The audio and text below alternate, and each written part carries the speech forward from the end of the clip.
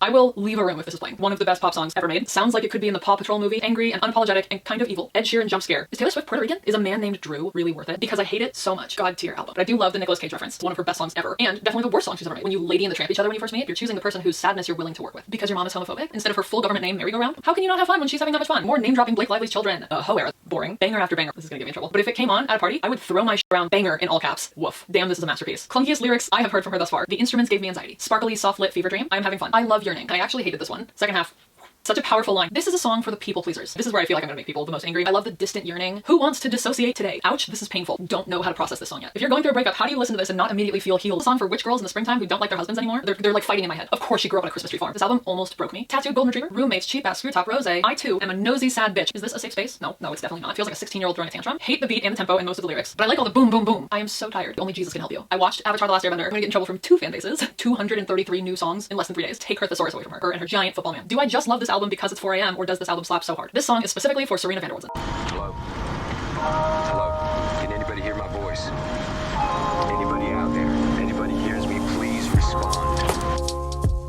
I did not listen to Taylor Swift growing up. I was only listening to Blink-182 and thinking I was too cool for Taylor Swift. She was too mainstream for me, as if Blink-182 wasn't mainstream. And while I still basically only listen to Blink-182, I finally feel ready to combat the decade-old internalized misogyny that was clearly running rampant in my 16-year-old body. For context, I do not dislike Taylor Swift. I've just never heard most of her songs. I do know most of the songs from 1989 and Reputation. I also heard and fell deeply in love with her song Exile with Bon Iver, and I listened to it so many times that my 2022 Spotify Wrapped told me that Taylor Swift was my #1 artist of the year, even though I didn't listen to a single other song from her. My best friend has been telling me that I need to become a Swiftie because we're both painfully sentimental and obsessive, and the day has finally come. Well, days. The days have finally come. It's Wednesday, April 17th right now. The new album, The Tortured Poets Department, comes out on Friday, in 2 days. So the plan is to listen to Taylor Swift, Fearless, Speak Now, and Red today. Ending on Red, which is why I have the all red outfit on. 1989, Reputation, Lover, and Folklore tomorrow. And Evermore, Midnights, The Tortured Poets Department, and all non-album singles on Friday. And then edit everything as quickly as possible and get the video up on Saturday. And hopefully you are seeing this on Saturday while I'm sleeping for 48 straight hours to make up for all the sleep that I'm not getting this week. And all that means that today I'm listening to, hold on, let's do math. All right, 53 plus 106 plus 104 plus, hold on. Okay. I probably should have done the math on this before shooting the video. I'm obviously listening to Taylor's version for all of these, which apparently makes Red 2 hours and 10 minutes. Which means today I will be listening to Taylor Swift for 6.5 hours. Which I did not factor into my day. I thought this would be like 4 hours max. Jesus Christ. Okay, well, let's get on with it. Time to become a Swiftie in the dumbest way possible. I made an anticipatory album ranking based on vibes alone. So from best to worst, my guess is that my ranking will be Folklore, 1989, Reputation, The Tortured Poets Department, Evermore, Red, Midnights, Fearless, Speak Now, Taylor Swift, Lover, and lastly the non-album singles, which I shouldn't be including in here, but it makes it 12 and it makes a more even graphic. So I'm ready to go for 6.5 hours. Also, don't mind all the books. I filmed an Every Book I Own video. Enjoy my chaotic book background. Okay, Taylor Swift, albums, let's f***ing go. Which one's first? Oh, 53 minutes. Okay, let's do it.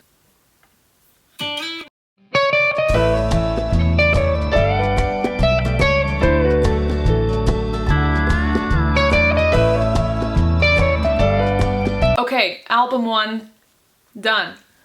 Done. I'm interested to see after all of this what other people's perspectives are on all these albums. Aside from the main radio songs, I don't know the general consensus on any of these, so I don't know if I'm going to be in the minority or the majority for all of this. So for the debut album, the songs that I have heard before were Picture to Burn, Teardrops on My Guitar, I think I've heard Mary's Song, and Our Song. Obviously. I want to start out by saying that for an album written by a 14 or 15-year-old, she did an amazing job. Like, well, I don't know what other 14-year-old could create an album of this quality, or also one that could go on to this level of fame. That being said, I can't imagine that this will be my favorite album. My top 3 songs were Picture to Burn, Mary's Song, and Our Song, but there were also a few that I probably couldn't handle listening to again. I'm sorry, Swifties. Don't hurt me. Going in order. I'm just gonna read little bits off of the notes I was writing while I was listening. Song 1, Tim McGraw. Very teenager, very summertime, evokes nostalgia, good memories, time being fleeting. I noticed a lot of clothing references. I know that she makes a lot of references to clothing, and it seems to have started in the very first song. She talks about her little black dress, her old faded blue jeans, and I know that's gonna eventually lead to little skirt, red lipstick, standing in a nice dress, that, you know, all of that. I'm also interested in hearing this song re-recorded and remastered. I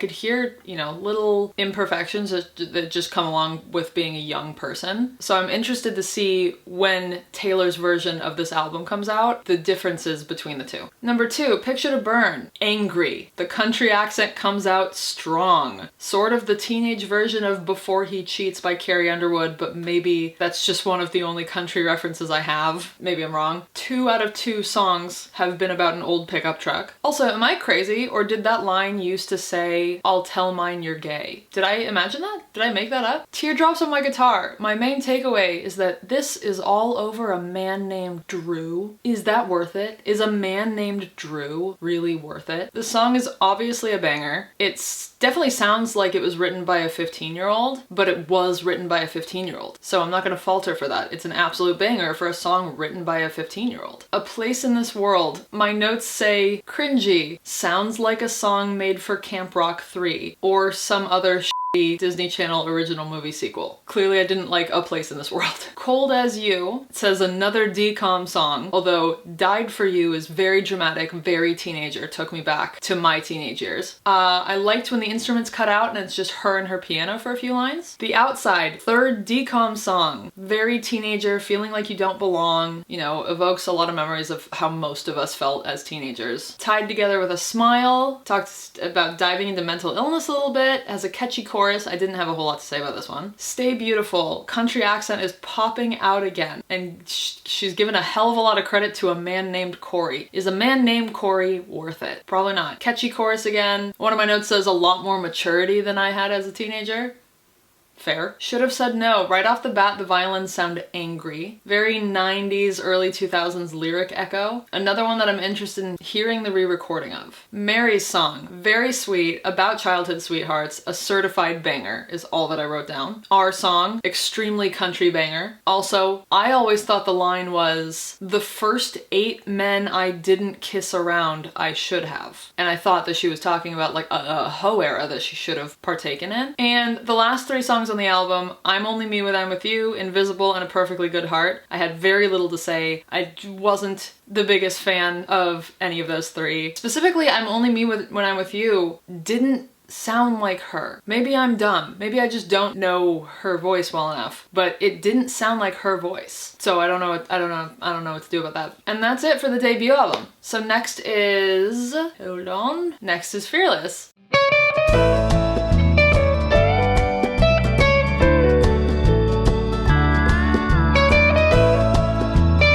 Okay, Fearless is done. 2 down, 2 albums down, 10 to go. Well, 2 more to go today, including Red. So off of Fearless, I had already heard Fearless, the chorus at least. 15, Love Story, White Horse, You Belong With Me. I think I heard The Way I Loved You on TikTok, and Today Was a Fairy Tale. So my initial thoughts are that the re-recordings already sound so much more cohesive and put together. Her voice sounds way more mature, way more developed. She sounds stronger, more confident, more sure of herself. Her songwriting also leveled up between the debut album and this. She's finding her groove with all the metaphors and the imagery that she likes to use. So I liked the first half of this album way more than I thought that I would, and then I liked the second half way less than I thought I would, except for the vault track about Joe Jonas.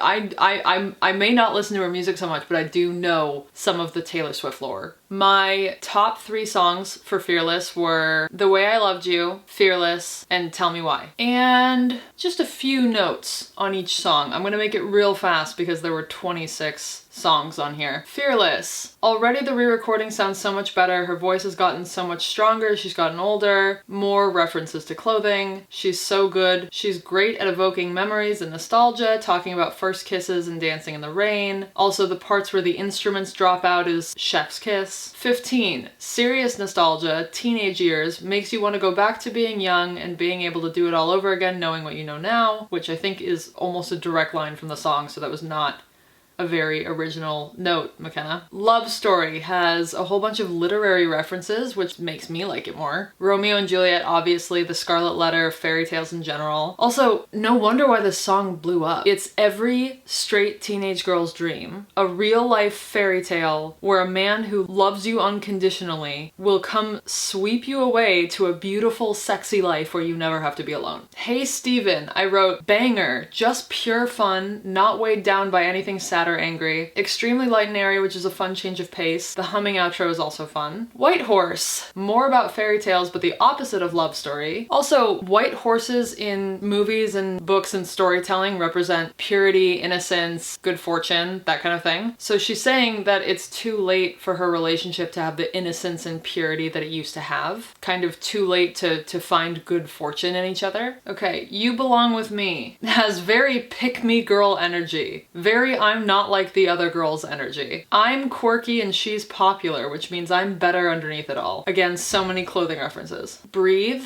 All my notes just say quiet anger, sad anger. Colby Kaye was a good choice for the backing vocals. Tell Me Why. I said banger. I like her best when she's angry. Very catchy. I want Taylor Swift that I can scream to. She makes music that everyone can relate to. Who can't relate to having a partner who could write the book on how to ruin your perfect day? You're Not Sorry. Already dramatic from the very first notes. And that's all that I wrote. The Way I Loved You, which also a banger of a song. Clearly it was in my top 3. If there's one thing Taylor Swift is passionate about, it's passion. How do you choose between a stable but boring, comfortable place and a wild, fiery, passionate kind of love? She probably inspired a lot of breakups with this one. Forever and Always, I said it had a catchy chorus, but it was kind of mid-tier compared to the rest of the album. Also that it feels a lot younger than the rest of it. The Best Day was very sweet, and this song especially reminds me of the Taylor's version cover art. Warm and sepia-toned and carefree and fun. Change. Insanely catchy chorus with a few cringy lyrics, but the chorus sounds good enough to ignore those. Jump Then Fall, I just said I'm really realizing I like the happy songs less than the angry or sad songs. And then Untouchable, Come In With the Rain, and Superstar all have the same note and it just says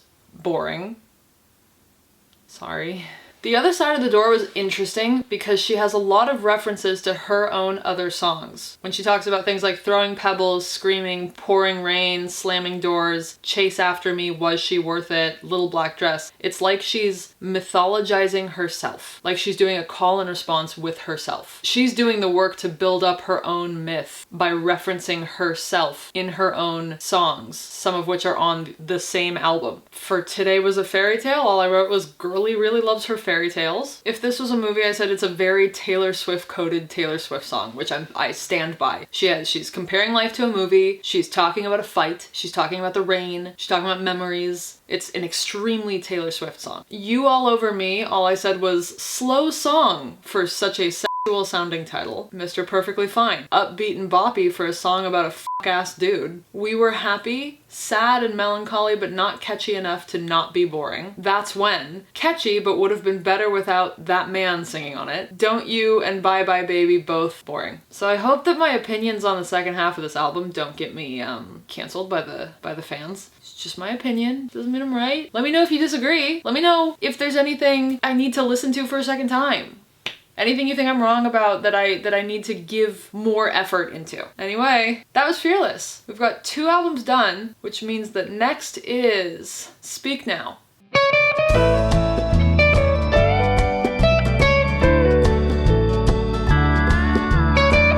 So from Speak Now, I had already heard Mine. I think I had heard Speak Now. Mean. I think Enchanted, and part of I Can See You from TikTok. And for the second time in a row, the second half of an album has me f***ed up. The first half of Speak Now was great, if not a little less memorable than Fearless. And then the second half just kind of crashed and burned for me, especially in the vault tracks. But that first half was great. She's getting more into storytelling. We're watching her grow up and learn more lessons. And she's starting to get a lot more confident. She's using more humor and punchiness in her songs. Great. Second half.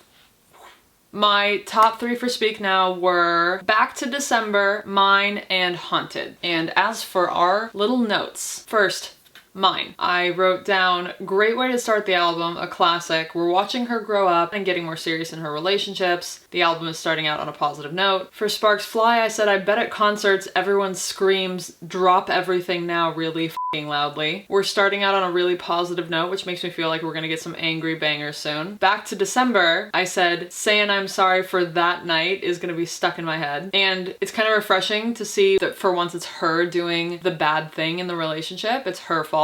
Also, the cadence of the chorus is so catchy. Speak Now. Getting further into storytelling Taylor that she is in present day. So many very specific details. And then we have lines like, and I am hiding in the curtains, and horrified looks from everyone in the room, and then her own laughter, which is starting her journey of injecting humor into songs. And we have Dear John, which apparently everyone knows who it's about, but she doesn't even try to hide it. All the guitar tones sound like a John Mayer song. There's a riff at the end of the song that sounds like it was lifted directly from Gravity or Slow Dancing in a Burning Room. And I know it's to let everyone be in on the secret that the song is about him, but honestly, I kind of wish that she would use these kinds of tones more often. Mean gets a little more country again, so catchy. Again, I like her most when she's angry. The Story of Us, she says Sparks Fly, she's referencing herself again, mythologizing herself a little bit more, which is great. The song was a little bit cheesy for me. Never Grow Up. Never Grow Up is too painful for me to listen to ever again. As a person who has deep, horrifying existential anxiety. Enchanted. I said, if any of her songs so far have actually felt like a movie, it's this one. This sounds like the start of the best rom-com ever. Even the word choice. No one in real life uses the word enchanting. This would be coming out of the mouth of a literal Disney prince. Better Than Revenge. I said, Jesus Christ, the hard drums opening. Very different from anything she's done so far. Like the Taylor Swift version of Crush, Crush, Crush by Paramore. Sounds like something from an edgy Broadway play soundtrack, like a little cheesy but in a fun way. Innocent, another painful existential crisis song, but I think this one would be easier to re-listen to. Haunted, bigger, darker instrumentals than she usually does, bigger guitars, more confidence. I liked it. Last Kiss, sad and slow, which is fine, but a little too monotonous for me. Long Live, I'm gonna take this one literally and assume that she's talking to her band about their rising fame, and she does it in a pretty sweet way. And then this is where everything kind of goes downhill for me. Ours, I said it's a little too cheesy for me, cute but forgettable. Superman, I forgot each line immediately after she sang it, but I did hear the word reputation in there. Electric Touch, hate the lyrics, really hate Fall Out Boy's part. Oh my god. When Emma Falls in Love. I just think that Andrew Garfield had much lovelier words about Emma Stone. I Can See You. This one sounds like it has a different influence than the rest of the album, and the chorus is so much better than the rest of the song. Castles Crumbling. I'm a sucker for fantasy themes in music. I love Hayley Williams, but this song did not do her justice. Foolish One. Cheesy and all over the place. Timeless. More storytelling, but not done quite right. Feels like a fake song someone would sing in a TV show. And I am once again asking you, please don't come for me. If you think I'm wrong about any of these, this is where I feel like I'm gonna make people the most angry, maybe. You know, let's have like a nice discussion about it in the comments. Let's talk like people, like grown-ups. We can talk about it. And now for 2+ hours of Red. It's dark outside. I want to go to sleep, but I'm doing this for the good of the world. This is important work that we are doing here.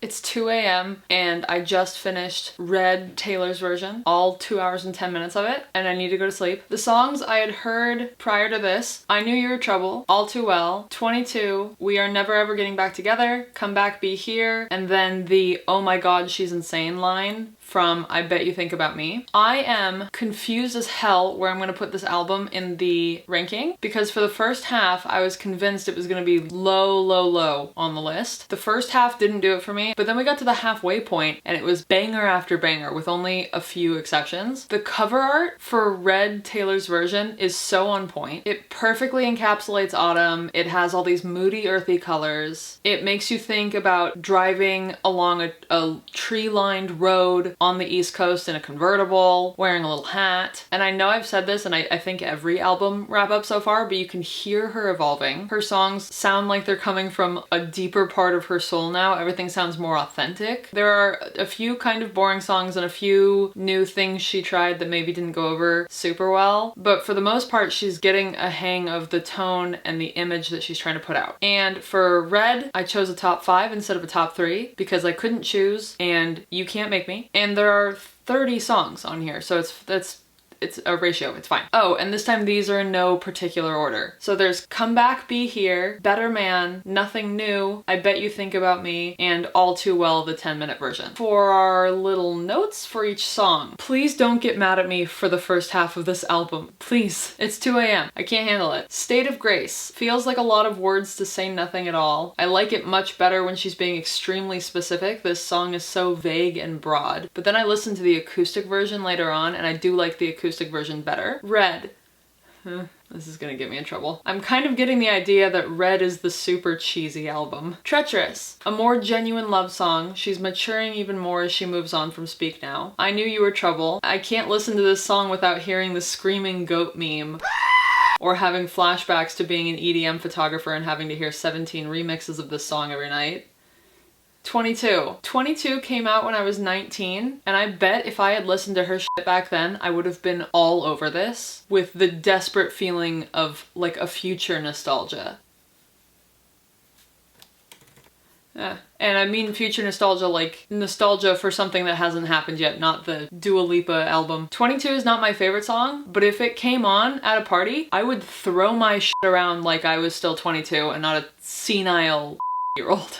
I almost do. All the heartfelt songs on this album so far feel more genuine, more grown up. She definitely learned some lessons between Speak Now and Red. We Are Never Ever Getting Back Together. More humor is being injected with the sound bites and the ad-libs. The positive feedback from this song and I Knew You Were Trouble was definitely what made her feel comfortable going and doing a record like Reputation with a whole different sound. Stay, Stay, Stay. The peppy tune is too much. Not everything needs to be serious, but this one is too much, and the amount of times that the word stay is used was making me lose it. The Last Time. My first note says, who is this man? I liked it more until the back and forth in the final verse. The harmonies were great, but the back and forth killed it for me. Holy Ground. There's some element in the background that I hate, but I can't identify it. The sentiment is sweet, and I like the right there where we stood was holy ground hook. Sad, Beautiful, Tragic. Love the tone and most of the lyrics, not the hook, the sad, beautiful, tragic love affair part. The Lucky One. Just like Stay, Stay, Stay, too much repetition for me. Everything Has Changed.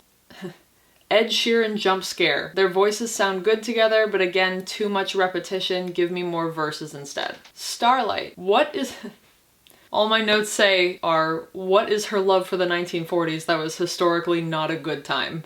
and I stand by that. Begin Again. The line about him talking about the movies that his family watches every Christmas is so specific, and it makes it feel so much more authentic. And I think it's strange that you think I'm funny because he never did is the most relatable thing I've ever heard her say. It's so painful knowing that you're a funny person, but being with a partner who refuses to acknowledge that. The moment I knew, the slow motion line hit me in a good way. Some of the verses are a little clunky, but the chorus is great. Come back, be here. It says banger in all caps. This is the correct amount of repetition. It's explaining the discomfort of being on the edge of falling in love with someone but not having the time or space to explore it. Quote unquote, chef's kiss. Girl at Home. Some clunky lyrics, but we love a song about a girl's girl. Hated it at first, but the longer I listened, the longer I bopped along to it. Ronan. I had a bad feeling about this one from the start, then I looked up the meaning behind the song. Beautiful song, extremely sad. I don't want to listen to it or talk about it anymore. Better Man. Vault track starting out strong this time. Hard to accept that being alone is better than being with certain people. Also hard to be with someone who has changed and you just want the better version of that person again. Better Man is a banger. Nothing new. My notes say, oh shit,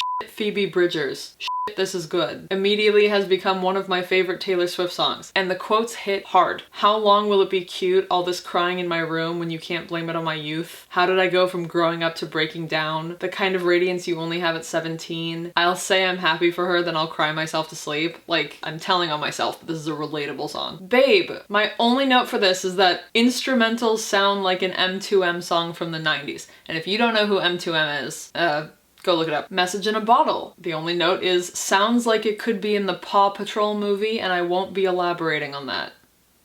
I bet you think about me. Oh shit, Chris Stapleton. Harmonica in all caps. The hook almost sounds like it comes from a pub song. Chris Stapleton elevates everything he touches. Does it make you feel sad that the love that you're looking for is the love that you had? Woof. Woof is also in all caps. Forever Winter. Dark song, dark topics, mental illness and substance abuse, but I feel meh about it. Run. Harmonies are pretty, simple and flowy, the echoes at the end. That's all the notes I got about Run, apparently. The Very First Night. Another background noise I hate but can't identify, but the song is super fun and boppy, very early Taylor Swift coded. And finally, All Too Well, the 10-minute version. And my notes, verbatim, my notes say, I'm intimidated in the first 10 seconds knowing this is a 10-minute song. How do you even fill a 10-minute song? And then some time passed and I said, oh my god, she said damn, this is a masterpiece, which is exactly how I feel about it. And so that's that. I have listened to 7.5 total hours of Taylor Swift today, and I feel very tired.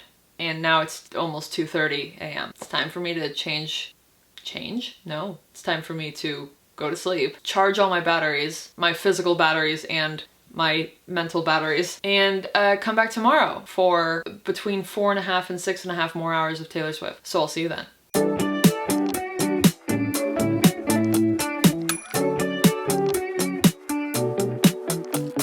Okay, 1989, and I've got my 1989, I think my 1989 outfit on. I know that it's like a light blue, whatever. So hopefully my outfit is okay for this album. As a reminder, this is one of only 2 of the albums that I had heard before. So I've heard all of these except for the vault tracks, and I think somehow I never heard Wonderland because that was in one year, not the other. I did not recognize that song at all. Also, I was correct, and this is going high up on my ranking. It feels like she hit a turning point in her career with this album, and the re-recording and the remastering just make everything sound so clean and crispy. The vault tracks are pretty 50-50 for me, but the original tracks from the album are just banger after banger. And again, I did my top 5 songs for this album because I am indecisive. And again, these are in no particular order, but it's Style, Wildest Dreams, This Love, Clean, and You Are in Love. And as for my little notes, Welcome to New York. Starting off what I think will be my second favorite album with one of the songs I like the least. It's boppy and it's not bad at all, but it feels like the ad for a New York tourism board or would be in the trailer for a bad rom-com. Blank space. She's making fun of her own tabloid reputation for running through boyfriends, taking control of her own narrative, and making a banger while she's at it. Style. This is the song. Arguably one of the best pop songs ever made. More clothing references. Red lip, white t-shirt, tight little skirt. She loves her clothing references. And also, name a catchier Taylor Swift song. Out of the Woods. A tad too repetitive with the are we out of the woods yet, are we in the clear yet, but still an absolute banger. All You Had to Do Was Stay. It's hard to say anything bad about the majority of songs on this album, but if I had to choose one of the great ones that I like just a little bit less than the rest, it'll be this one, but still a banger. Shake It Off. My second to least favorite Taylor Swift song, second to worst that I knew about going into this challenge, at least. I will leave a room if this is playing. I'm so sorry, but like, you could have been getting down to this sick beat. No, thank you. Crazy how this is smushed into an album with so many incredible songs. I Wish You Would. The cadence of her saying, I wish you would come back, wish I never hung up the phone like I did, and I is so catchy and gets stuck in my head anytime I hear it. Bad Blood. Clunkiest lyrics I have heard from her thus far. You made a really deep cut. You know it used to be mad love.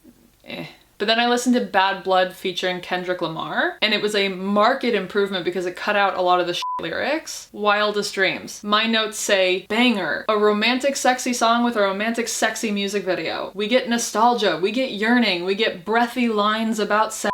Taylor Swift at her best so far. How You Get the Girl. Such a happy boppy song. Also, she really loves singing about people professing their love in the pouring rain. A true romantic. I just think the remastering on this album is so good. Everything sounds so clean and on point. This Love. This is one I didn't remember just from the title, but it's such a different sound from her and I love it. The on and ons are so vibey, repetitive, but in a good way. I Know Places. This feels like we're going back to her fairy tale era, but a dark, creepy fairy tale. I'm imagining these two running through some deep dark woods like Snow White running from the huntsman. She has grit in her voice on the second, and we run! And I just know you are all losing your voice screaming that at the concerts. Clean. Catharsis. If you're going through a breakup, how do you listen to this and not immediately feel healed and whole again? The rain came pouring down when she was already drowning. You have too much water and then you add more water, and only after that can she breathe. She really said the only way out is through, baby. Wonderland. Didn't remember the song at all. Maybe my brain blocked it out because this was chaotic and not in a good way and so cheesy. You Are in Love. Second time I've heard her say midnight on this album. I wonder if she takes inspiration from her own past albums for future albums, or if there are just certain words and ideas that she really likes and clings onto. Like midnight, kissing in the rain, little dresses, red lipstick, pickup trucks in her earlier albums. This song is soft and sweet. It's saying you can tell you're really in love even when your senses are dull, in the dark, in the quiet. This is a beautiful love song. New Romantics. We're back to fun. This is a song for dancing with your girlfriends when you're young in New York and still at the party at 6 a.m. Slut. Love the title. Love reclaiming words people try to use to insult us. Feels like a sparkly, soft-lit fever dream. Say Don't Go. Is the beginning not reused instrumentals from Clean? Just sped up a little bit? Am I crazy? Also, the chorus lyrics are a little bit clunky. Now That We Don't Talk. We're getting a little bit of angry Taylor, which I missed on this album, and I'm excited to do Reputation next so I get a lot more anger. She doesn't want to be on a mega yacht with important men who think important thoughts. This is a great example of how to inject humor and punchiness into an otherwise sad and melancholic song in a way that's not super cheesy. Suburban Legends. The lyrics leave a little to be desired. I let it slide like a hose on a slippery plastic summer. Not my favorite, but I do love the Nicolas Cage reference. Is it over now? I'm sure that blue dress on a boat is a reference that I'm not entrenched in the lore enough to understand, which is fine. Best vault track for sure. She gets a little vicious here and I love it. And that's it. That's 1989. So let's go listen to Reputation, baby.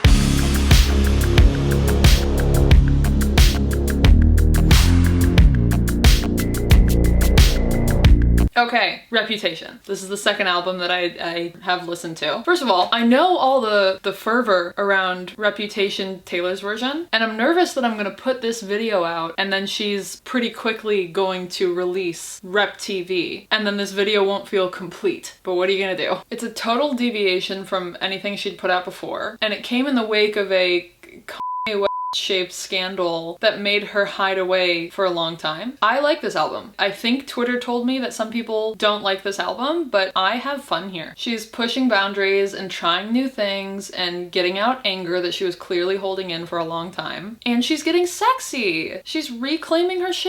How can you not have fun when she's having that much fun? And my top 3 for Reputation are Dress, Delicate, and New Year's Day. And now for my little notes. Ready for it. A hell of a way to start the album. She comes in super strong, more intense, clearly stating that this album will be different from what we're used to. She gets sexy with it. She literally moans at one point. So she's embracing a side of herself that she hasn't been able to really embrace in her music before. Endgame. In Bad Blood, the best part was Kendrick Lamar coming in and saving the remix of the song. But honestly, I'd love a version of this without the boys on it. I think the best part of the song is Taylor in the chorus doing her, I don't want to hurt you, I just want to be drinking on a beach with you all over me.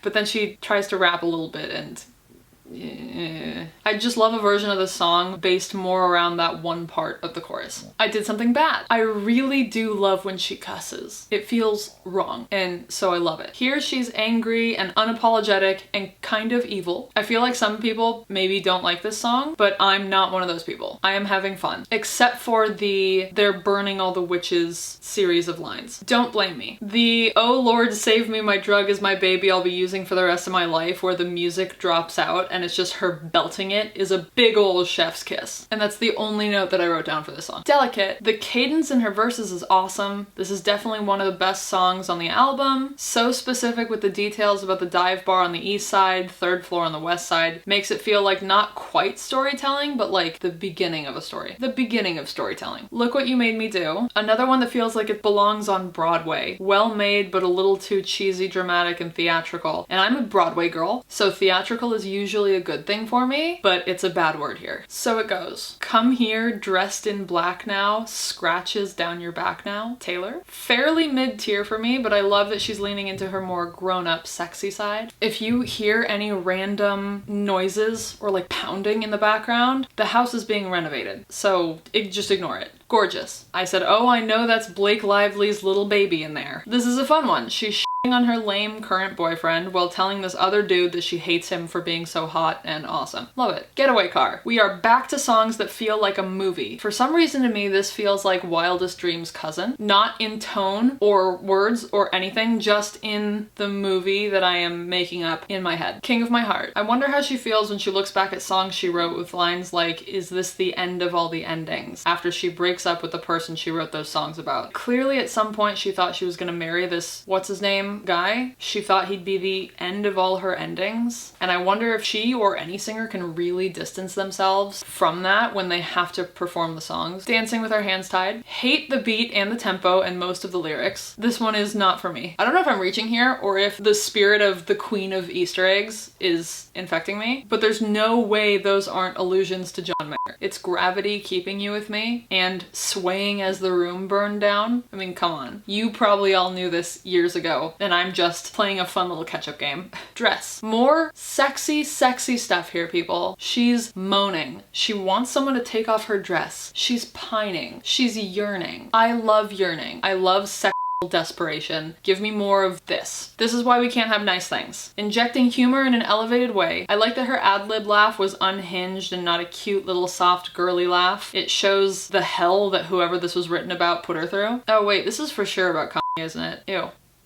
Ew, call it what you want. She says nobody's heard from me for months, but I'm doing better than I ever was. So she found this man who was generally out of the limelight and didn't give a shit about all the hullabaloo going on. He loves her like she's brand new, which is a beautiful gift to give to someone you love. And finally, New Year's Day. A good way to end an intense album on a sweet note about a long-lasting love. It's easy to love someone on a Saturday night when everything is fun, or at midnight when the party is going, like she said. The harder part of love is the Tuesdays, the January 1st, staying there after the party and dealing with the part that's not fun and not exciting. And that was Reputation. Cool. All right, let's go get dressed for Lover.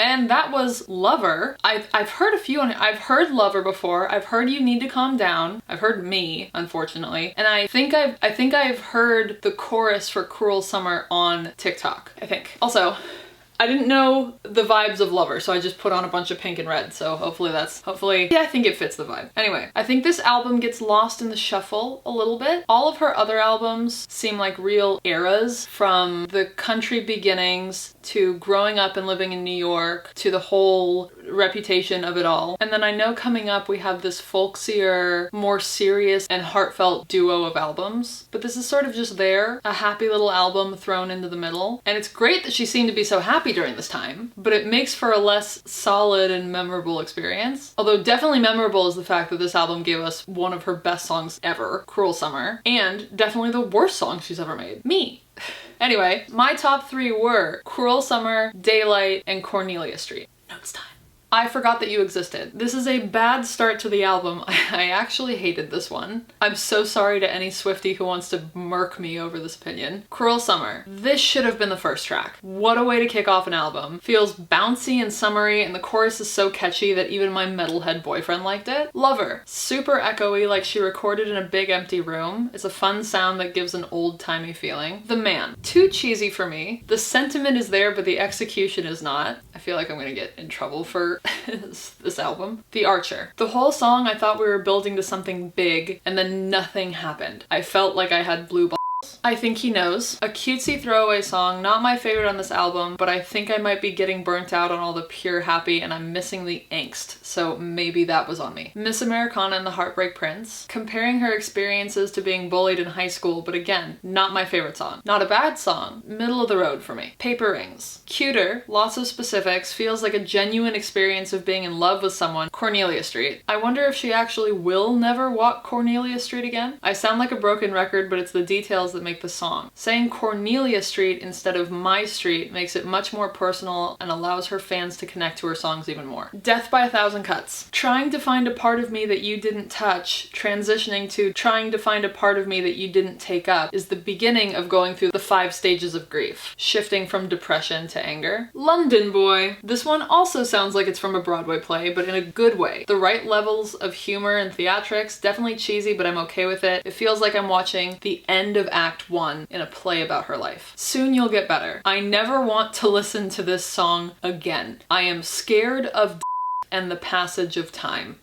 False God. Clunky lyrics in the lead into the chorus, but some sexy sax in the background there. Sexy lyrics too. Honey, hell is when I fight with you, with the kick in the background. Yes. You need to calm down. Hate that she referenced tweeting. Dates the song so heavily. Love the sentiment, love the allyship. Don't hate the song, but don't love it so much. Afterglow. I love the chorus more than the rest of the lyrics. I love her angry songs, but I also love a good apology song from her. Also, the definition of afterglow is light or radiance left in the sky after the sun has set. So she's asking him to meet her in the beautiful place that still exists after their relationship has run its course. Me! I had so much trouble getting myself to re-listen to this song because I hate it so much. And I can't imagine that even the hardcore fans can be angry at me for that opinion. But maybe I'm wrong. Maybe someone's gonna be real pissed about this. It's Nice to Have a Friend. Cute sentiment. Not a real song. Not even counting this, it's not a real song. Daylight. The voice note at the end is an excellent choice to connect her to her fans more. Even if it's staged, it gives a sense of rawness and authenticity that makes her feel like more of a real person than this larger-than-life icon. And All of the Girls You've Loved Before. Her line, I want to teach you how forever feels, might be the closest thing we ever get to a ballad from her. Refreshing to see a song that kind of promotes the opposite of jealousy, the opposite of slut-shaming. She understands that the other women who have been in his life have been integral in creating the man that stands in front of her. And those were my thoughts on Lover. Up next is... what am I listening to next? Oh, Folklore. Next is Folklore. Okay, I need a Folklore outfit.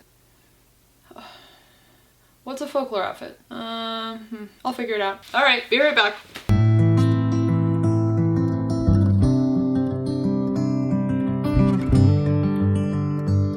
Okay, I actually just listened to Folklore and Evermore back to back, so we have notes for both of them. On Folklore, I've already heard Cardigan, Exile, and maybe Invisible String. It sounded a little familiar. I might have heard that somewhere.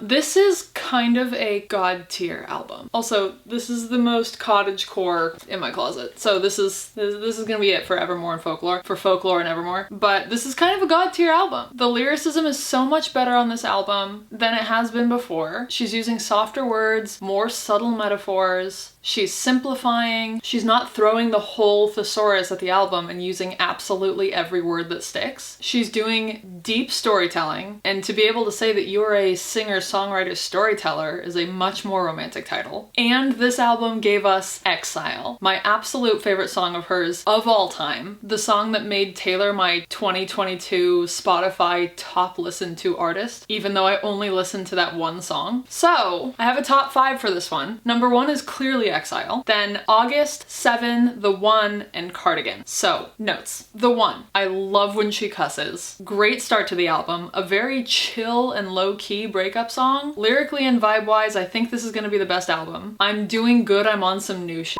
Is such a powerful line. You're not being pompous about it. You're not being arrogant. You're not bragging. You're just at peace with your new life circumstances. Cardigan. Nostalgia all the way down to the main metaphor. The old Cardigan that is still his favorite. To know someone that well and then lose everything you had. Ugh. The Last Great American Dynasty. Oh my god, so many details, so many words. This is deep storytelling, and I have a feeling that's what this whole album is gonna be like. She's comparing herself to this woman from a long time ago who was gossiped about by the whole town, being this outcast, being regarded as this crazy woman. Exile. I could write pages and pages about this song. It's my favorite song of hers of all time, and not just because it's a collaboration with one of my favorite artists of all time. Bon Iver. I think their voices go so well together. I do think that Justin Vernon improves anything he touches, but I think absolutely everything about this song is f***ing perfect. I feel very passionately about this. This is the whole reason that this album will be in the top spot. If it gives us this, then it has to give us more shit like this. If I saw this performed live with both of them, I would right there in the audience, and I would be totally fine with it. My tears ricochet. The opening line, "We gather here," with the funereal organ in the background, is a nice touch. And apparently that's all I wrote. I think I forgot to write down the rest of my thoughts. Mirror Ball. This is a song for the people pleasers, and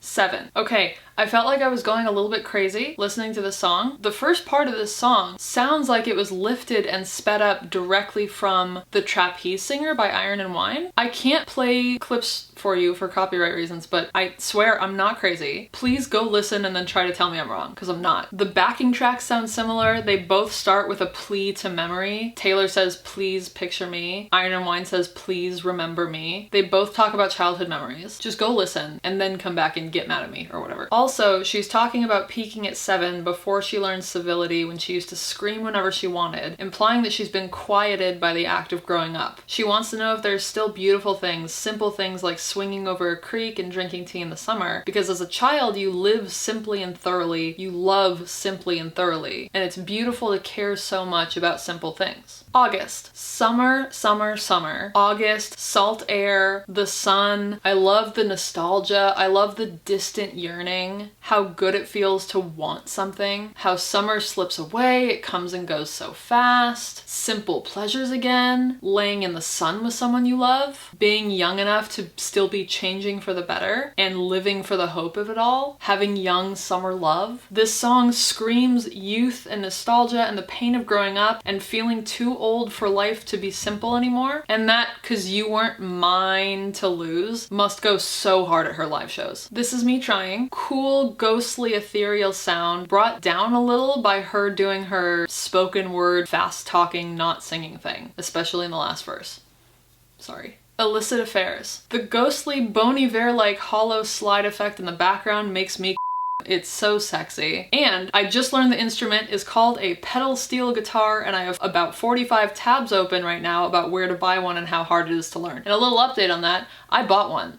I bought a lap steel guitar. So now I'm gonna learn how to play Bon Iver on it. Invisible String. Maybe I'm acting crazy again, but the opening seconds sound like a slowed down version of Mystery of Love by Sufjan Stevens. Anyway, this is Taylor at her most romantic. The concept that you go through your life tied to your soulmate by an invisible string that eventually ends when you Lady and the Tramp each other when you first meet. Romance. Mad Woman. Again, I love when she cusses. All the Mad Woman imagery on this album makes sense because there's a famous trope of the crazy lady who lives alone in the cabin in the woods, which is exactly the vibe that folklore brings to the table. Epiphany, ambient and beautiful and haunting. Google tells me this song is about her grandfather fighting in World War II and the doctors and nurses dealing with the early stages of the pandemic. So that's pretty rough information to take in. Betty. I said, yes, more cussing, more storytelling, more name-dropping Blake Lively's children. Although I don't know how to feel about the implication that the 3 Lively Reynolds children are in a love triangle with each other. And then I said, I was realizing things as I went. I said, wait, standing in your cardigan. Does that mean that cardigan is from Betty's perspective? And I can hear the Swifties screaming at me, all knowing this information for years. And I'm just like bopping around figuring this information out years late. But also, does Inez have a song? And then I Googled it. And okay, Google says it's August. That makes sense to me. Peace. A very quiet, subtle love song with a very unquiet, unsubtle line. Give you my wild, give you a child? Like, how much further can you go to express your love to someone? Hoax. I love you so much I'll deal with the sadness you come with is also a strong-ass profession of love. And one that fits in both relationships that succeed and ones that fail. This one obviously didn't stick, but even in a successful relationship, you're choosing the person whose sadness you're willing to work with. And the lakes. I want to watch wisteria grow right over my bare feet because I haven't moved in years.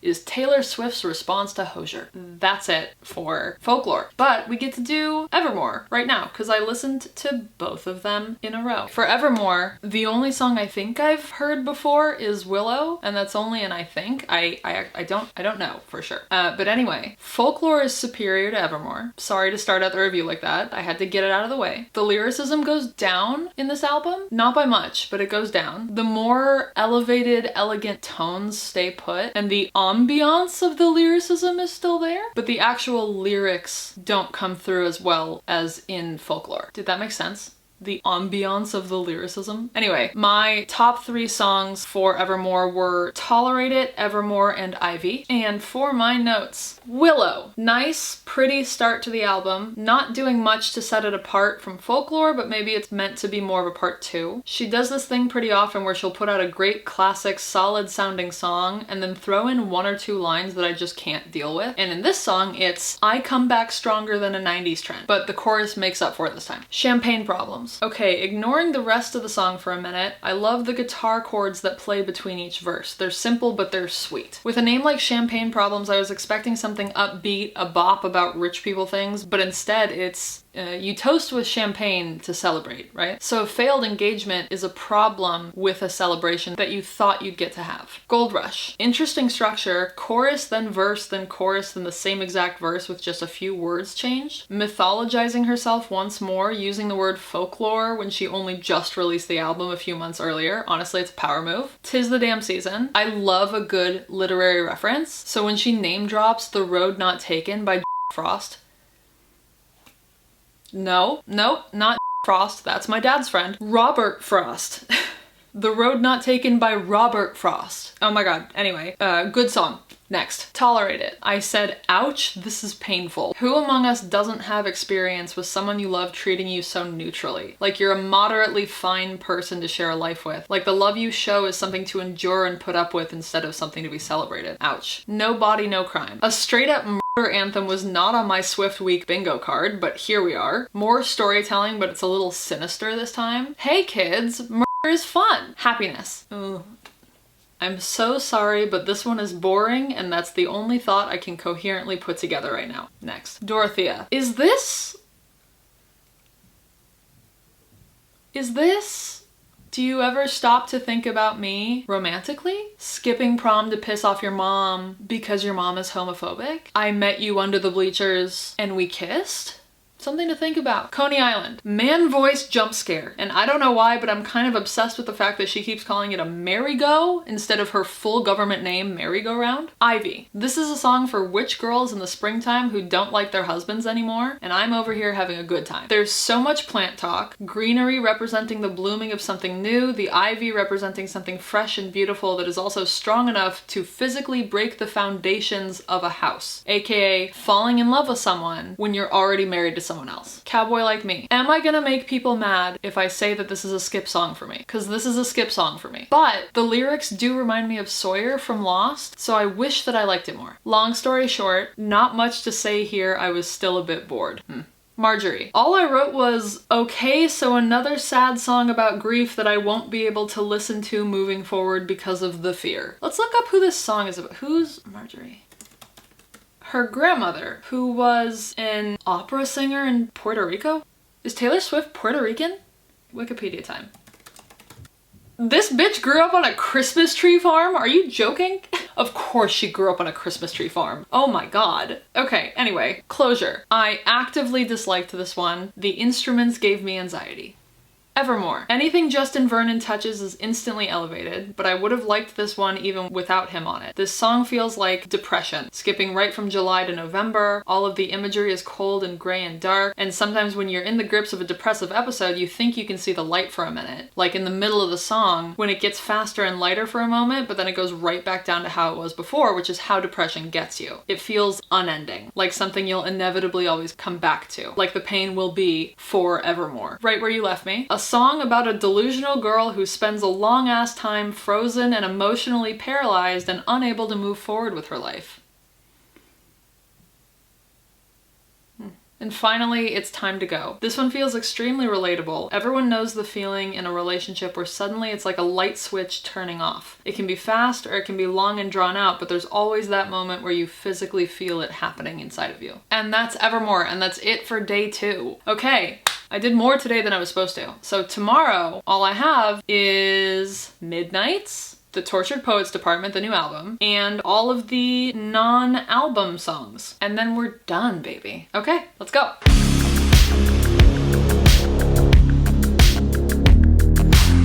Okay, Midnights. So I have heard, I haven't heard any full songs from this, but I've heard the choruses, probably on TikTok, of Antihero, Bejeweled, Karma, and Would've, Could've, Should've. And it's day 3 of Swift Week for me. And while I already felt like I was going crazy a little bit, I now feel even crazier. In 48 hours, I've learned 180 new Taylor Swift songs. And this morning I woke up with at least 3 of those songs in my head, battling it out. One line from Once to Exile here, f***ing Fearless over there. They're like fighting in my head. It's all like, all I can hear is Taylor Swift lyrics. All I've done for the past 2 days, now entering the 3rd day, is listen to Taylor Swift for hours and hours, and then do my editing and listen to me talking about listening to Taylor Swift for hours and hours. And the new album dropped last night, and then a second new album dropped last night. I am so tired. But this means that I'm dropping the non-album singles category, so I keep the even 12, which is fine. If they were important songs, they would be on an album, whatever. Anyway, Midnights did not get off to a great start. I only understood like halfway through that this was supposed to be a campy, extremely unserious album. So I'm full-on hater McKenna for the first like 1/3 of the album. If I'm being honest, this album almost broke me, and I'm having trouble figuring out if I actually dislike Midnights or if it's just day 3 of me listening to only one artist constantly, and so it's driving me a little up the walls. So if you're going to get mad at me for negative opinions, you might want to skip this part. Actually, I think I am just tired and grumpy because I still like Midnights more than Lover. Spoiler alert. Anyway, my top 3 were Would've, Could've, Should've, Labyrinth, and Midnight Rain. So, Lavender Haze, I said, okay, so maybe this album is going to be more dancey. Once again, hate the fact that she used a phrase that will heavily date this song. Talk your talk and go viral. But otherwise, I think it's a fun sound. Maroon, she's gone past the point of a scarlet letter branded on her from this relationship. Deeper and redder, it becomes maroon, and everyone can see it. The 2 lines, your roommate's cheap-ass screw-top rose and carnations you had thought were roses, have the same flow as is this the end to all my endings from King of My Heart, which maybe that indicates that this is the ending of what she thought would be the end to all her endings. Antihero. Sometimes I feel like everybody is a sexy baby. I'm not even gonna look that up. I don't want to know what this means. I don't care. I hate it. Also, did you hear my covert narcissism I disguise as altruism like some kind of congressman? Awful lyrics. Someone needs to take her thesaurus away from her. Snow on the Beach. Before Before I looked closely at the track title, I was gonna say this sounds like the Lana Del Rey type of boring. And now I'm gonna get in trouble from 2 fan bases.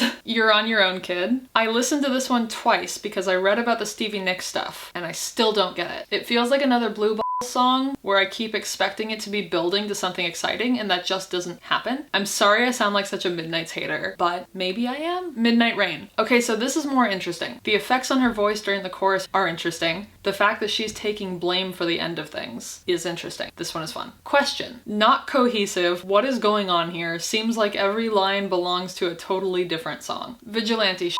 Sounds like we're back in Reputation land, but even campier. She really said, ladies do not start fights, but they can finish them. This is fun. Bejeweled. Okay, I'm starting to get the idea that Midnight's is just a campy ass album, so that's the mindset I'm gonna go into the rest of the album with. I like half of this song. Labyrinth. Okay, finally, the first song off this album that I genuinely love. Breathy and ethereal, feels like a fever dream. Karma. Generally, overall, I like this one. I hate the line, me and Karma vibe like that. Sweet nothing. Light and airy, a non-demanding love is a beautiful thing. Nice specific details, like the penny from Wicklow. Mastermind. Finally, a song that gives us insane girls permission to be even more insane, to orchestrate bigger ruses, to bring more complicated plans to fruition. The Great War. Can I say something? Is this a safe space? No, it's definitely not, but it feels a little strange that on a past album, she makes this extremely heartfelt, sad song about her grandfather's experience in World War II and the deep-seated trauma that came from it, and then now she makes a song comparing her relationship with a boyfriend to World War I. Bigger Than the Whole Sky. I'm not going to ask any questions, and also I cannot listen to this one anymore. Paris. Officially has one of my least favorite lines she's ever written. Sit quiet by my side in the shade, and not the kind that's thrown, I mean, the kind under where a tree has grown. Come on. High infidelity. Telling a partner you cheated on them would be difficult enough without also having to tell them that that person brought me back to life. If this song has truth to it, it's bold of her to talk about it. Glitch. Not much to say about this one, a little boring. The fastening myself to you with a stitch is super clunky and bad writing. I am sorry for my extreme hater vibes right now. I am so tired and there has been so much analyzing. Would've, could've, should've. Give me back my girlhood, it was mine first. Jesus. Ow. Good song, but ow. Dear reader, she starts out giving advice and immediately switches to never take advice from someone who's falling apart, clearly talking about herself. Keeps switching back and forth from giving more advice to negating it instantly by basically saying, don't listen to me. Hits different. Even though I haven't liked all the songs on this album, I do love how insanely overdramatic she is. It makes me feel seen. I like this one more than a lot of the others. You're Losing Me. Love the heartbeat in the background, great note to end on. Kind of reminds me of the same sentiment as Exile, cause you never gave a warning sign, I gave so many signs, versus here with her saying that he can't tell that she's dying in their relationship even though she sent all these signals. Good note to end on. Again, sorry for the hater vibes. Now all we have left is the 2 new albums. Okay, I'm getting through this and then I'm going the f to sleep. Okay, see you soon. Okay, the Tortured Poets Department. This album is only about 12 hours old at this point, so I really don't know other people's opinions on this one, but this is the first album, aside from Midnight's, where I'm really not seeing the kind of growth that I was seeing on every other album. Well, nothing is really outrageously bad here, except for a few of the one-liners. Nothing feels new or exciting. It just feels like more of the same stuff that we've seen before. I wouldn't really be able to distinguish some of the songs on here from songs on Midnight's or Evermore or a little bit of 1989. My top 3 were Down Bad, The Alchemy, and Guilty as Sin. And for our little notes, Fortnite, a little bit boring. She has a habit of not using her featured artists enough. Post Malone is very talented, and I think he should have been able to use his voice more than he did. The Tortured Poets Department. Charlie Puth, tattooed golden retriever. Apparently, this is about Maddie Healy, and to write this kind of song about a man you dated for a month or 2 is pathological. They're talking about dying if the other one leaves. That was like me at 15. And when you're 15 and Maddie Healy threatens to leave you, you're gonna kill yourself. My boy only breaks his favorite toys. Rivulets descend my plastic smile. Please take away her thesaurus. Take it, burn it. The kids' toys metaphor is too heavy-handed. Why not make it more subtle instead of putting references in every single line? Very, very, very heavy-handed. And in your face. No subtlety. Down bad. This one is my favorite so far. The alien metaphor is more subtle, which wasn't hard compared to my boy breaks his favorite toys. The teenage petulance really does come out in all the cussing though. It feels like a 16-year-old throwing a tantrum in a good way. That's how it's supposed to feel. Her saying, I might just die, would make no difference. Like, that's some 16-year-old shit. In a good way. That's how it's supposed to be. So long, London. The double meaning of so long means goodbye, London, but also I loved you for so long, London. And the fact that the beat never drops makes you uneasy and uncomfortable, kind of like the end of a relationship. But daddy, I love him. Sanctimoniously performing soliloquies. Be f***ing for real. Take the thesaurus. This feels like commentary on the fans who don't respect boundaries with the stay away from her quote. Fresh out the slammer. Using getting out of jail as a metaphor for finally being free of a relationship is ruthless, but I'm here for it. Florida! I actually don't know how to process this song yet. I'm so thrown by it. I don't dislike it. I like the song. I just don't know how to process it yet. But I like all the boom, boom, boom behind her and Florence singing. Guilty as sin. I said, yes, we're getting sexy again. We're fantasizing. We're having trysts. We have labored breaths. We're writing on each other's upper thighs. Our bed sheets are ablaze. We're screaming his name. Yes. Who's Afraid of Little Old Me? Very extremely, incredibly dramatic. Feels like a lot of Scarlet Witch fan cams are going to be made to this song. I Can Fix Him, No Really I Can. Fun little cowboy song, and the whoa maybe I can't at the end really says it all. Only Jesus can help you. LOML. A good sad song that sounds so much like her other good sad songs that my aforementioned metalhead boyfriend overheard and said, I know this one. And I said, really? It's only been out for a few hours. And he said, oh, never mind. So it's a good song, but it sounds like so many of her other good songs. I Can Do It With a Broken Heart. This is the song that should have been playing in the Barbie movie when everyone is dancing and Margot Robbie says, do you guys ever think about and that's the only note I have. The Smallest Man Who Ever Lived. Going from the quiet-ass first half of the song to the loud-ass bridge gave me whiplash in the best way. The Alchemy. Look at me liking a song blasted with football references. And that's the only note that I took, but I liked the song a lot. Clara Bow. A song about the pressures put on young women in the industry and how each generation is supposed to be a bigger and better version of the one that came before it. And how you'll make it as big as long as you're absolutely perfect, which is obviously pressure that Taylor has felt for her whole career. That was the Tortured Poets department. And now we only have one album left to listen to. And I kind of feel like I need to take a nap first. I'm just so tired. Anyway, I'll see you in a minute. Or an hour. I'll see you in an hour.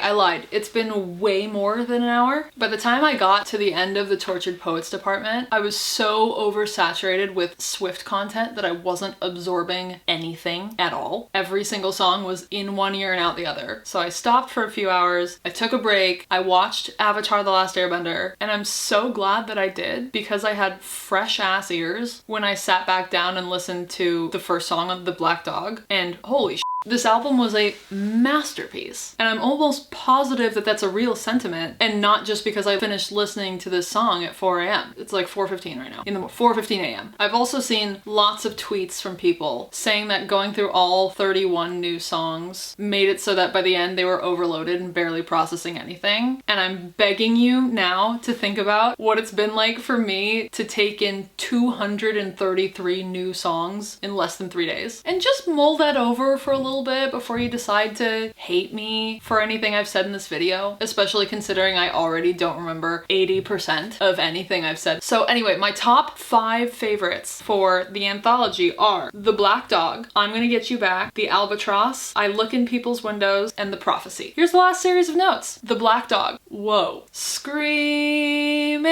That was intense. That was sick. And ending with her whispering the word screaming was amazing. I honestly think that this might be one of my favorite Taylor Swift songs now. It's perfect, it's heartfelt, it's got a kick to it, something unexpected. It's not messy word salad. It makes me sad angry. Wow. Also, she names the black dog as a bar he goes to, but historically, black dogs have always been used as omens in literature and folklore, in like folklore, not her album. It's a portent of death or looked at as as a hellhound, so cool little insight. I'm gonna get you back. I said, wait, this is great too. That echo on the "you're mine" and the breathiness and the head voice throughout the song are really pretty. I'm back to having a good time. The albatross. Okay, either my grumpiness and swift oversaturation has led me to delusion and insanity, or this album There's apparently a poem she's referencing that also names the albatross as an omen, but only when you kill it. So Taylor herself isn't bad news, she only is when you hurt her. Woof. Chloe or Sam or Sophia or Marcus. Something smells bisexual in here. Something smells bisexual in here. How did it end? Okay, we got a little word salady in the beginning, but damn, this is a sad song. She keeps saying it's happening again, which sometimes in the beginning of the end, when you're still in shock, that is the only coherent thought that's going to be able to come through. It's happening again. So high school. Okay, so the bridge got a little rough. You know how to bawl, I know Aristotle. But the rest feels like a revamped, happier, healthier version of old Taylor. Like old Taylor. Fearless and speak now years Taylor, happy and carefree and in love with a Prince Charming type who doesn't come with a lot of baggage and issues. It's light and breezy and it makes me happy for her and her giant football man. And I don't mind the touch me while your bros play Grand Theft Auto line. I think it's funny. I hate it here. Taylor really said, who wants to dissociate today? She says, who wants to join me for a maladaptive daydream? Thank you, Amy. Damn, Blondie has got some on her. We all know who this is about, so I'm not going to say her name, but for one of the most powerful women in the world to call out one of the other most powerful women in the world like this is wild. I look in people's windows. We get another song that gives us permission to be a little weird, and I'm loving it. I too am a nosy, sad bitch who is afflicted by the not knowing. This is yearning, it's loss, it's nostalgia, it's a very quiet sadness that permeates through everywhere. Do I just love this album because it's 4 a.m. or does this album slap so hard? Or both. The Prophecy. Alright, never mind. This is the saddest song she's ever written. I listened to this one twice. She's pleading for the universe to change her fate and send her a person who doesn't only want to stay by her side for a little bit. I mean, come on. I feel like most people can relate to this, whether it's about romantic relationships or friendships or family or anything. Most people have experience with feeling like no one wants to stay around them, and I bet most people feel like they're the only one when they're in the depths of it. And in that last line of the bridge, spending my last coin so someone will tell me, she takes a big pause before she keeps saying, it'll be okay, because she is being that person for anyone listening. She is telling all of us, it'll be okay. Cassandra. What doesn't kill you makes you aware. What happens if it becomes who you are is a sad ass line too. Pre-Reputation post those people up her life when she disappeared for a little bit. That was what she became known for a little while. It wasn't her music, it wasn't even her love life anymore. Her whole persona for a period of time became the drama that happened. Peter. Out of the mouths of babes is usually a phrase used when someone surprises you with a bit of wisdom. So she's talking about her Peter Pan syndrome ex who threw a wise little tidbit at her about growing up, maturing, meeting her on her level, and then not being able to follow through with it because of the aforementioned Peter Pan syndrome. And who among us has not dated a man-child that we pulled stupid shit for and it took too long to realize that they weren't going to be able to pull through? Anyway, The Bolter. This song is specifically for Serena Vanderwoodsen. It's the only note that I have. Robin. A very sweet song about children's innocence and allowing them to stay wild and young and lighthearted for as long as possible. It seems like a healing track, like a protecting of your inner child way past due. Eventually you'll have to learn about the cruelty of the world, but for now I'm gonna protect you. And finally, the manuscript. I have Googled it and I know what this is about, and I understand that I'm not gonna have the emotional connection to it that the die-hard, been there for years Swifties are gonna have, and that's okay. It's still a beautiful way to end the album. And that is all 12 albums. Oh my god. It's close to 4:30 in the morning now, so let's wrap this baby up. So, for my official album ranking, and if you want to pause and like guess to yourself, now's the time to do it. My official album ranking is number 1, Folklore. Number 2, 1989. Number 3, The Anthology, coming in hot. Number 4 is Reputation. 5 is Evermore. 6 is Red. 7 is Fearless. 8 is Midnights. 9 is The Tortured Poets Department. 10 is Lover. 11 is Speak Now. 11 is Speak Now. And 12 is her debut album, Taylor Swift. Whew. Wow. So there it is, folks. I have listened to Taylor Swift's entire discography for the first time ever in under 72 hours. I was originally planning on doing a tier ranking of every single song at the end of this, but with 12 albums, this video is going to be long enough as it is. But if you're interested in me doing a tier ranking of all 200 something, how many is it? 233 songs? Let me know, because I can make a second video and I'll do the whole tier ranking. Am I a Swiftie now? Probably not in the way that most people would define it. I would call myself a casual and selective admirer. What have I learned? Taylor is relatable, which is why she's so popular. She doesn't sound like a billionaire talking about money or power or things that aren't feasible or attainable to us common lowlifes. The majority of her songs just sound like she's a regular girl trying to figure her shit out, making mistakes and learning lessons like the rest of us. She makes you feel seen for all your hopes and dreams, your love and your loss, your deep feelings and your shallow ones, whatever it is. She makes you realize that you're not alone in it. She also knows how to get her audience hooked. The Easter eggs that she's known for make it fun. It gives the fans extra credit to do. It creates this special club. You won't understand new things unless you know everything. She markets the shit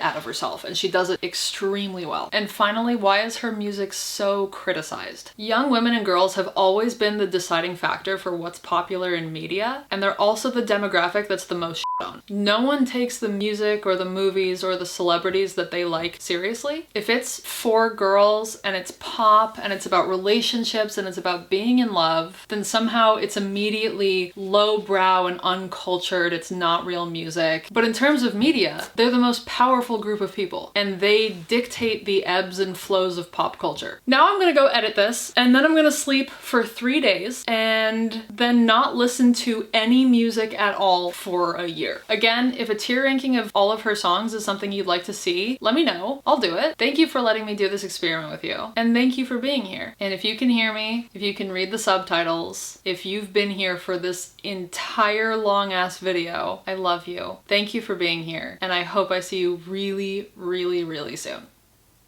Bye.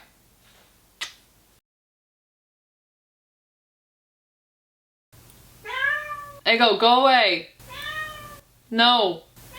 No. But this is sort of just there.